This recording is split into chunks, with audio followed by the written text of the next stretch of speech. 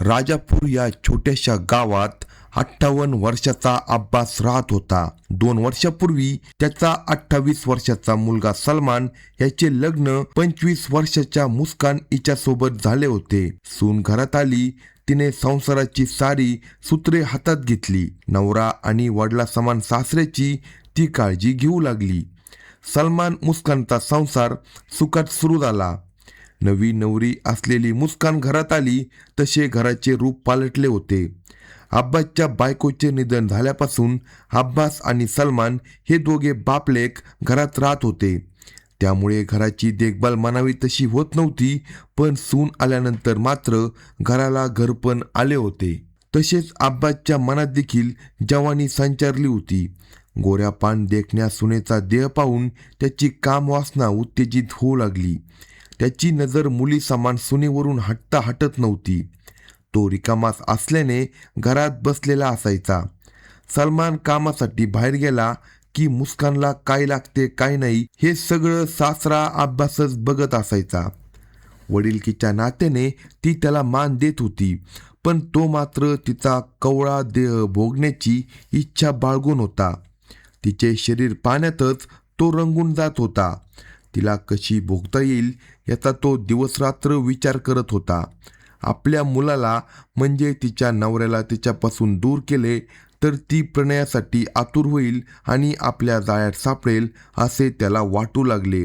या विचारातून त्याने मुलगा सलमान याला समजायला सुरुवात केली की आता तुझं लग्न झालं आहे, तू शहरात जाऊन काहीतरी चांगलं काम बघ, खर्च वाढला आहे, त्यामुळे जास्त कमाई केली तर आपण सुखात राहू.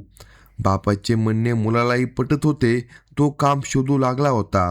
तो शहरात परप्रांतात नोकरीसाठी गेलेल्या मित्रांना नातेवाईकांना संपर्क करू लागला. माझ्यासाठी काम बघा असे सांगू लागला. त्याची ही धडपड पाहून मित्र नातेवाईक त्याच्यासाठी काम बघू लागले. त्याला पंजाब राज्यात काम मिळाले आणि तो तिकडे कामासाठी निघून गेला. आता घरात केवळ 58 वर्षाचा सासरा अब्बास आणि 25 वर्षाची सून मुस्कान हे दोघेच राहू लागले होते. आता सगळ्या कामासाठी मुस्कानला सासरा अब्बासवर अवलंबून राहावे लागत होते. त्याला आता सगळे रान मोकळे झाले होते. तो नेहमी तिच्या मागे पुढे घुटमळत होता. त्याच्या मनात काय चालले आहे याचा तिला अंदाज नव्हता. त्याच्या मनातील वासना इतकी वाढली होती की एका रात्री तो उठला आणि सून झोपली होती त्या खोलीमध्ये गेला. तो गाढ झोपेत होता. तो तिच्याजवळ बसला. त्याचा श्वास वाढला होता. त्याने हळूच तिच्या स्तनावर हात ठेवला. ती झोपेत असल्याने तिला काही जाणवले नसावे, पण त्याने तिच्या स्तनावरून हात फिरवत फिरवत दाब वाढवला तशी तिला जाग आली. समोर सासऱ्याला पाहून ती हादरलीच. ती जागी झाली तसा तो तिचे स्तन पकडून तिच्यावर पालथा पडला आणि तिच्यासोबत बळजबरी करू लागला. तिने त्याला अंगावरून बाजूला ढकलले. तिला राग अनावर झाला होता, पण रात्रीची वेळ होती. आरडाओरड केला तर आपलीच आबरू जाणार या भीतीने ती गप्प राहिली. पण त्याला तिने खोलीतून बाहेर हाकलून लावले. तो चुपचाप बाहेर येऊन झोपला. दुसऱ्या दिवशी सकाळी त्याने तिला स्वयंपाक खोलीत गाठले. तो म्हणाला, काल माझ्याकडून चूक झाली, त्याबद्दल कोणाला काही सांगू नको. ती रागातच म्हणाली, तुम्ही माझ्या वडिलांसारखे आहात. मी तुमची सून आहे. इतकं कळत नाही का तुम्हाला? मला सगळं समजतं, पण तू मला खूप आवडते. तुझी जवानी बघून मला राहवले नाही. लाज वाटते का असे बोलायला? तिने रागाने त्याला फटकारले. खरे ते तुला सांगितले, चूक झाली माझी, पुन्हा नाही असे होणार, तू विसरून जा असे म्हणत त्याने आपल्या कृत्यावर पडदा टाकला. पण तो तिच्यावर पाळत ठेवून होताच. त्याची चूक झाली असे समजून तिनेही ते मागे टाकले. पण आता सून सासऱ्यामधील बीड संपली होती. माझा मुलगा तुला टाकून परगावी गेला हे काही मला आवडले नाही असे तो म्हणायचा. त्यावर ती म्हणायची, मग इथे राहून काय करायचे? येतात की 8-10 दिवसांनी.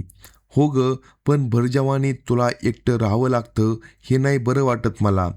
जवानी आहे तोवर सुख घेतलं पाहिजे. तो तिच्याकडे डोळे मिचकावत बघायचा. आता तिला त्याचा राग येत नव्हता. तीही खुलत चालली होती. बोलता बोलता त्याने तिला लग्नाआधी तुझे काही प्रेम प्रकरण होते का असे विचारले. आता तिला सासऱ्याची भीती नव्हती, त्यामुळे तिने बिनधास्त लग्नाआधीचे प्रेम प्रकरण सांगितले, आपल्या प्रियकराचे नाव पत्ता सांगितले, काय काय मौज केली ते देखील सांगितले. सासऱ्याची चूक सुनेच्या हातात होती, तशी आता सुनेची चूक देखील सासऱ्याच्या हातात आली होती. आता त्या म्हाताऱ्या अब्बासच्या डोक्यात वेगळाच डाव रंगू लागला. अब्बासने सून मुस्कानचा 27 वर्षाचा प्रियकर जावेद याला शोधून काढले. त्याच्यासोबत बोलणे वाढवत त्याने मैत्री केली आणि एक दिवस त्याला घरी बोलवले. जावेदच्या ध्यानीमनी काही नव्हते, त्यामुळे तो अब्बासला भेटण्यासाठी त्याच्या घरी गेला. अब्बासने त्याचे स्वागत केले, सुनेला हाक मारली. सून पाणी घेऊन बाहेर आली. सोफ्यात प्रियकर जावेदला पाहून तिच्या पायाखालची जमीनच सरकली. तर मुस्कानला पाहून जावेद देखील हरकून गेला. आपण चुकीच्या घरात आलो असे त्याला वाटत होते. थोडा वेळ थांबून तो सटकला. तो गेल्यानंतर अब्बासने मुस्कानला विचारले, हाच का तुझा प्रेमी? तिने होकार दिला. मग तू बोलली का नाही? त्याने विचारले. त्यावर ती म्हणाली, माझे लग्न झालं आहे, आता मी कसं बोलणार? त्यावर तो निसासरा म्हणाला, तुला हवे असेल तर त्याला बोलावत जा, मी कोणाला काही सांगणार नाही. माझ्या मुलाला सोडून जाऊ नको, पण प्रियकराकडून फक्त सुख घेतलं तर कोणाला काही समजणार नाही. थेट सासरा सुनेला प्रियकरासोबत व्यभिचार करायला सांगत होता. इतक्या नीच पातळीवर गेलेल्या अब्बासच्या मनात वेगळाच डाव होता. हे सून मुस्कानला समजले नाही.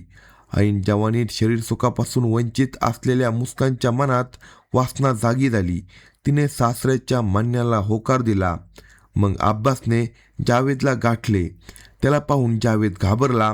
आपली भानगड याला कळली असेल तर आपलं काही खरं नाही असं त्याला वाटलं. पण अब्बास त्याच्यासोबत हसत बोलत होता, मला सगळं समजलं आहे, पण तू घाबरू नको.